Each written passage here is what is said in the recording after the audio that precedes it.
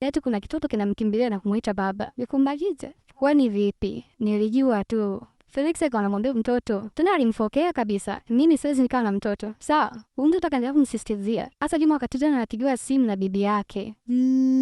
Bibi hataki mwanamke ambaye Felix anataka kuweza kumooa. Bibi anawaka pale. Mimi niko hospitali huku. Kwa ufupi mjukuu wangu nimeambiwa niwe nakula nyama kwa wengi. Sitakiwi kabisa bibi yako kula ugali na mboga za majani. Alafu huyo mwanamke ambaye anataka kumooa, mimi nishasema kwa herufi za Kirumi. Simtaki kama bibi yako. Nishasema simtaki. Mshauri akasema sawa bibi, nishakuelewa. Akakata simu. Alafu mshauri akaondoka. Mafala mabinti wananiona mimi nimeshaona kisuti changu eti nisifurahi nisienjoy tena, mtoto anakuja tu anaanza kuniita baba.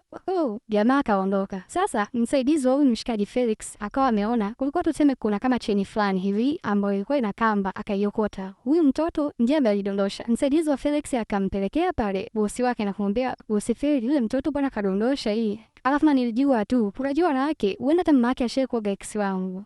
Huenda hata mama yake ashaiki kunikataa mimi, maana wanawake unaweza ukawa naye kumbe tu anachukulia ni kama lifti.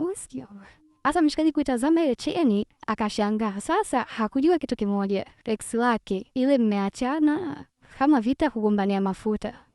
Hakuna anemsemesha mwenzake baada ya hapo, baada ya kupeana michapo.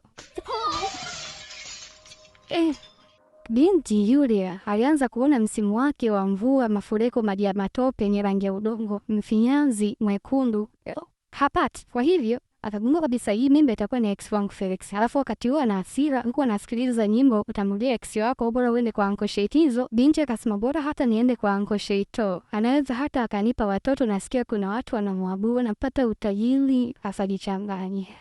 Binti akamwambia mshikaji kwamba ana watoto wake, akawa akiwapa maneno mabaya kumhusu baba yao. Hasa watoto wao hawamjui baba wao hata ni nani. Binti akamwambia baba yenu anakula watu. Mambo. Watoto wakashangaa wakaogopa sana kama watoto